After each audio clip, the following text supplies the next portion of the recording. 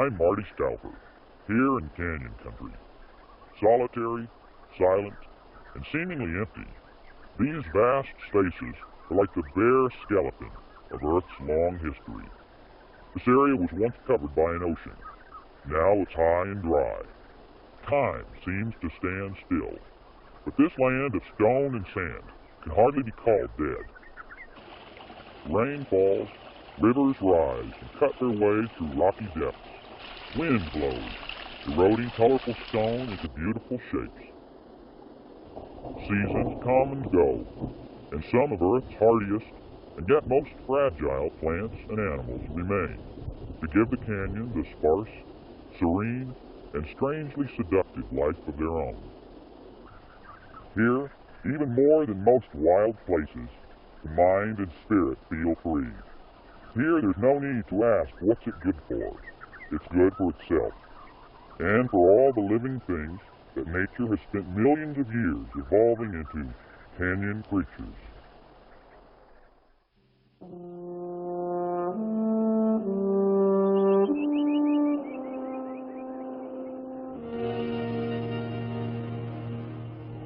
This land seems unchanging and peaceful, yet it has taken millions of years of violent uplift and relentless erosion to create the timeless variety of canyon country. Nowhere on Earth is this process more dramatically visible than in 7 special areas of our Southwest. In Utah, we find massive Zion and intricate Bryce, the mysterious mazes of canyonlands and arches, and to the south, the half-hidden beauty of Glen Canyon. Further south, in Arizona, is the majesty of Monument Valley, and, most spectacular of all, the mighty Grand Canyon. Each of these places is unique, and each is alive with its own specially adapted creatures.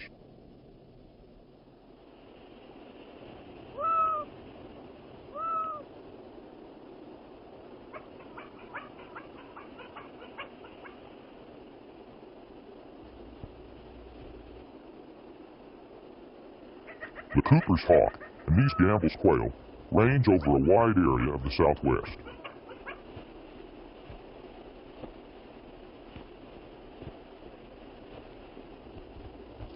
But here, they must live a little differently, in a dizzying world that's tilted almost 90 degrees toward the vertical.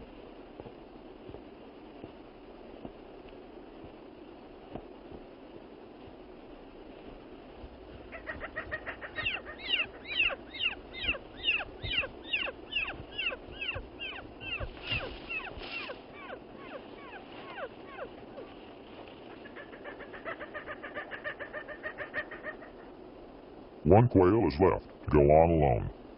The other becomes part of the life of the hawk. Predation is as ancient and natural as the forces that shape these canyons.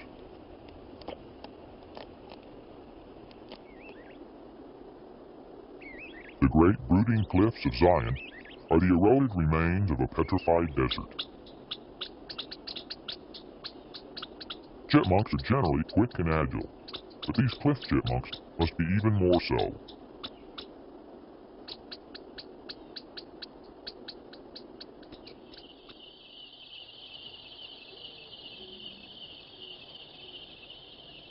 Farther to the east, the morning sun rises, slowly warming the brilliant rocks of Bryce Canyon. This fantastic landscape is not a canyon at all, but the worn-down edge of an ancient plateau.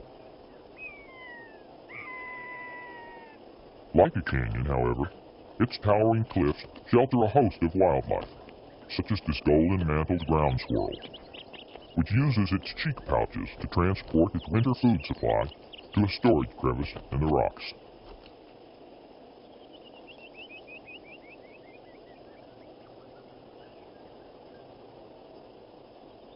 These intricate spires and pinnacles may seem empty and endless, but they add a whole vertical dimension of living space for animals and birds, just as do trees in the neighboring mountain forests.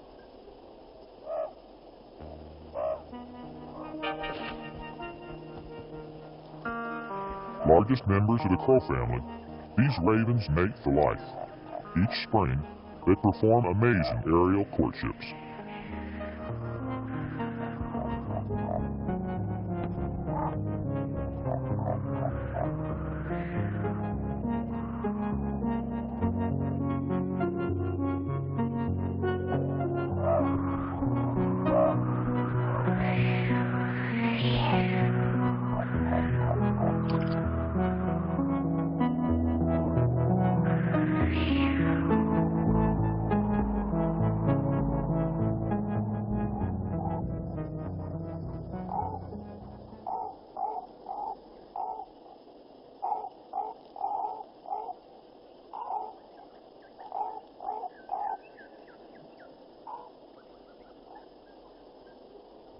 Some of the strangest effects of erosion can be seen throughout Canyonlands and nearby areas, such as here in Goblin Valley. Although this country looks dry, water is the main eroding force. Sudden downpours wash away the softer layers of sandstone and sculpt the rock into shapes that can make a human being feel dwarfed and out of place.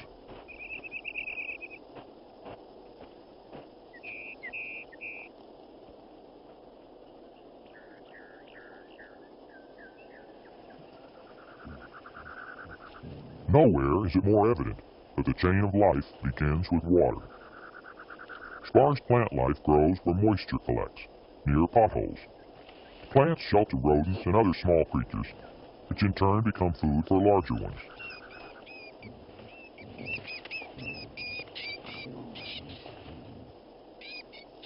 The gray fox has adapted well to this terrain. Food and water are not far from its ready-made den in the rocks.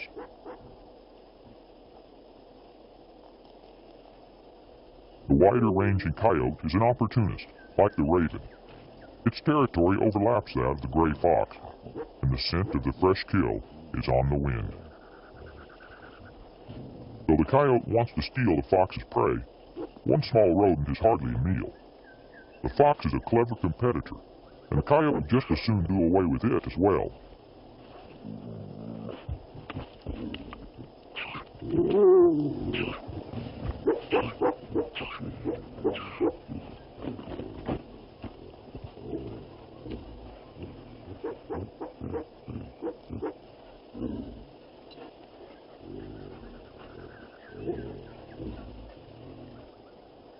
The fox reasserts its right to this territory, urinating to scent mark the boundaries.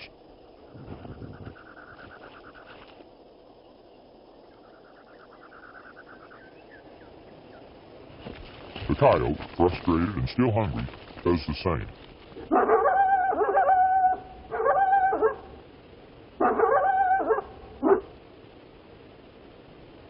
The spotted skunk, with its unusual markings, is a common resident of canyon country. It prefers open, brushy terrain, where, like most skunks, it goes about its business unmolested.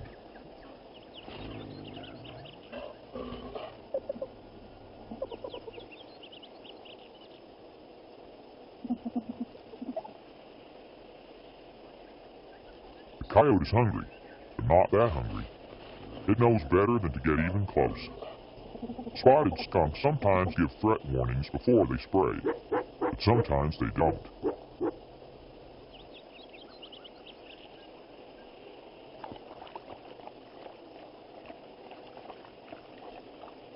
The water that collects in potholes after storms is precious, but it's not what fills an empty stomach. A fat chuck or partridge would be just the thing. Introduced from Asia in the 1930s, these birds have succeeded especially well in dry places.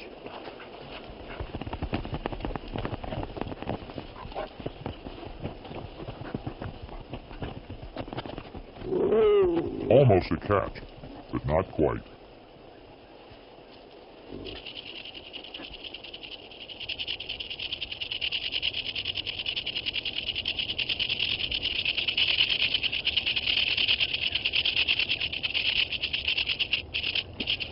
By now, the coyote is probably feeling that it's had enough bad luck. but it takes speed and skill to outwit a western diamondback rattlesnake.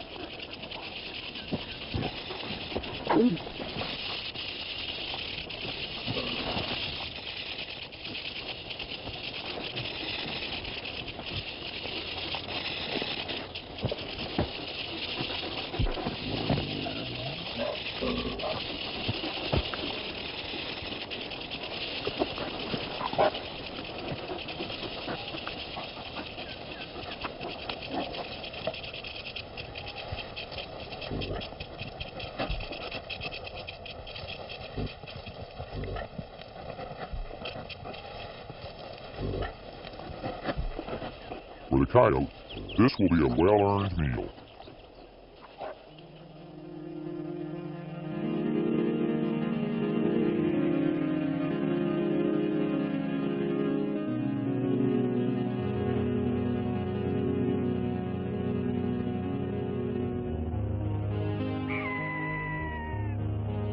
In the Arches area of Utah, once towering cliffs are still being weathered away.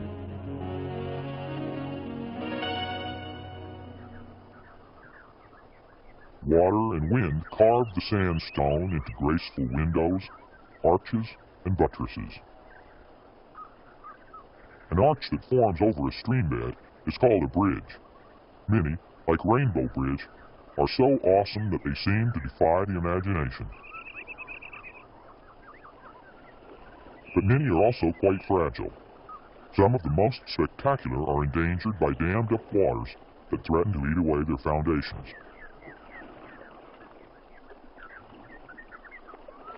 Lake Powell has created such a hazard for Rainbow Bridge. It has also inundated what was once one of America's most secret and beautiful canyons.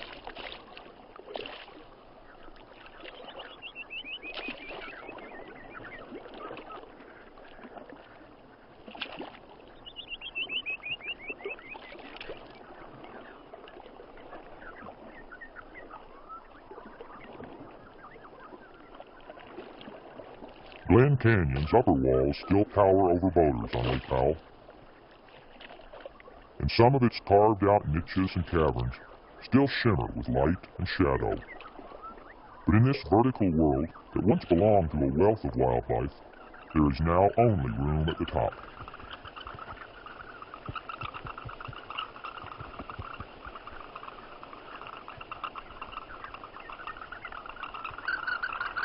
During the warm, long summer months, these bats emerge nightly to feed on insects above the water and along the rim rock.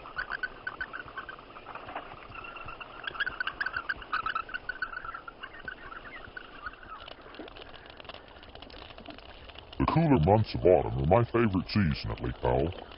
I enjoy exploring the side canyons, and just camping along the shore can lead to some exciting experiences. Hi, honey. Hi. Hi, Dad. They've got buffalo sandwich to make. Oh, okay.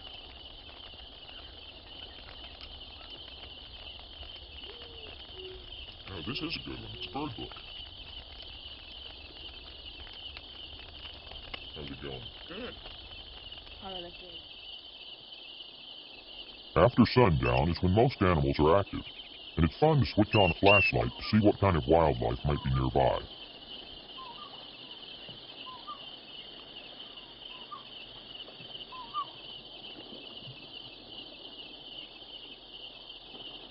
This little pinion mouse is scouting around for a piece of chocolate I left out on a rock. I wanted to see what creatures it would attract.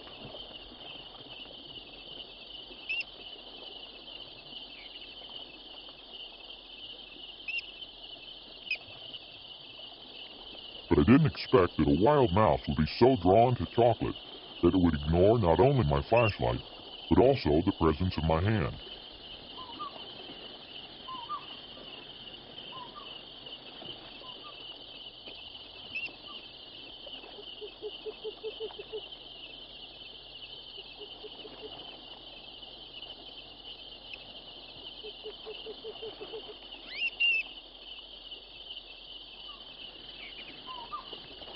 Soft hooting in the distance makes me hope that this little guy will show more fear when an owl flies overhead.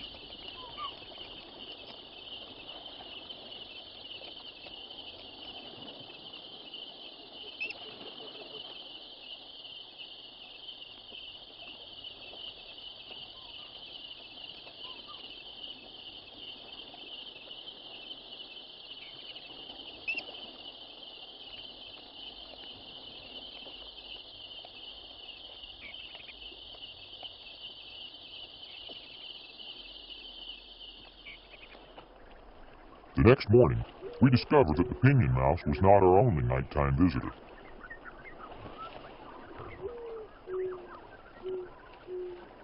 My wife Diane's watch is missing. Since I had spotted a pack rat's nest near our campsite the day before, I have an idea who the culprit might be. Just as I thought, there's the watch, and a collection of other shiny objects, stashed in a nest of twigs beneath a small ledge.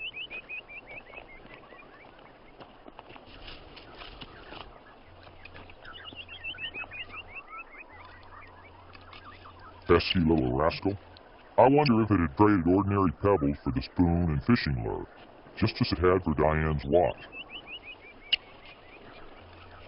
The pack rat's nest under the ledge echoes the cliff dwellings built in this area by Anasazi Indians over 1,000 years ago.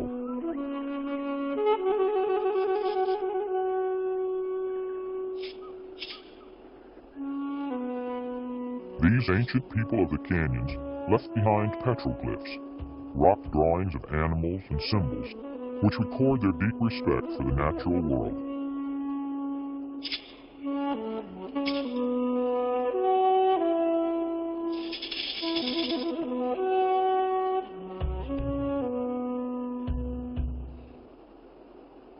What modern man leaves behind tells a different story.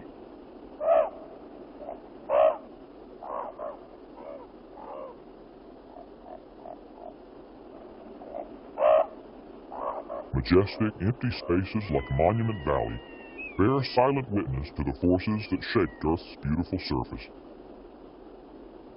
Hopefully, they will remain uncluttered by anything but clean wind and cloud shadows.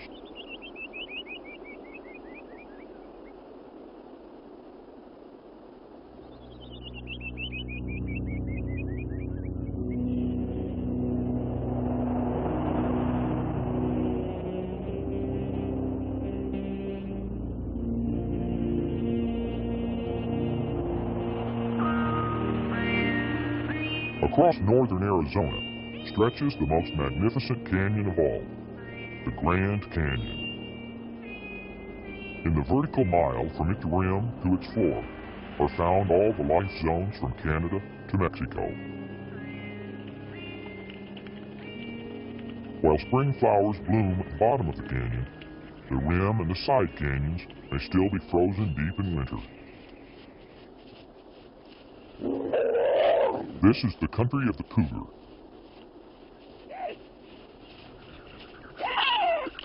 It is also home to the little ringtail, cousin of the raccoon.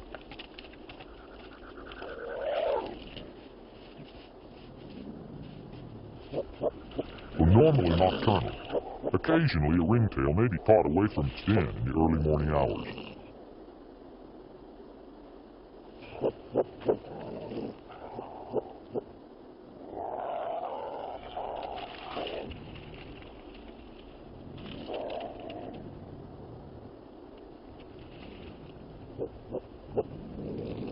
The ringtail is an expert climber.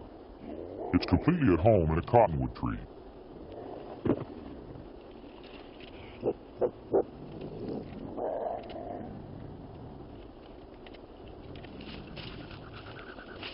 The big cat is agile and supple, a superb hunter. But climbing trees is not its favorite way to get a meal. And the ringtail is not its favorite quarry.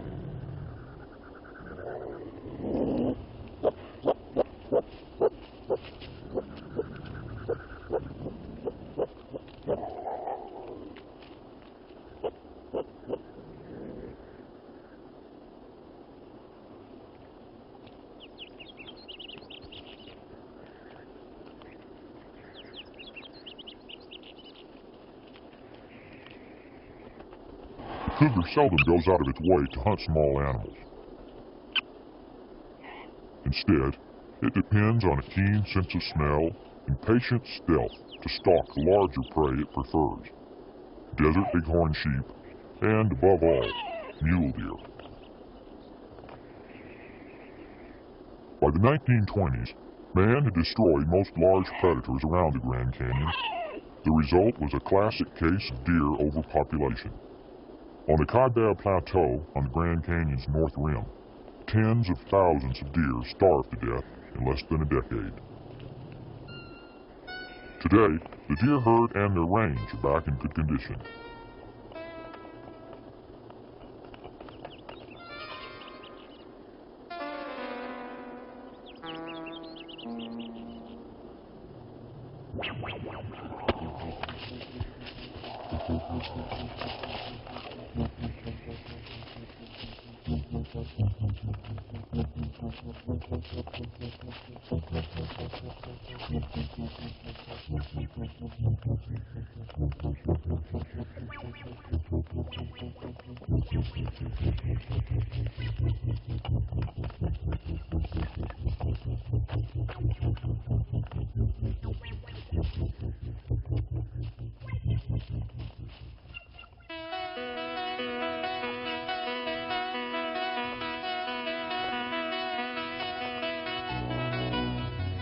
In recent years, we have come to accept the role of our valuable predators, and we have shown increasing respect for this wild and ancient land by simply letting nature take its own course.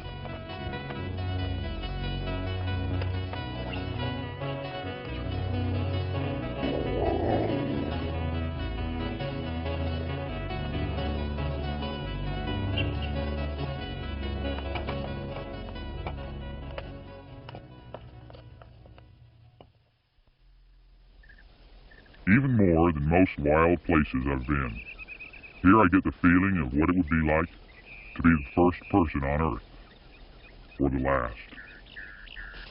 When a gray fox darts like a shadow from rock to rock, it seems to be the only gray fox in the world. When a canyon wren calls, you wonder if there's another one for 100 miles. But in reality, just as these mazes of canyons lead from one into another, so it is with the remarkable ecosystem that has evolved here.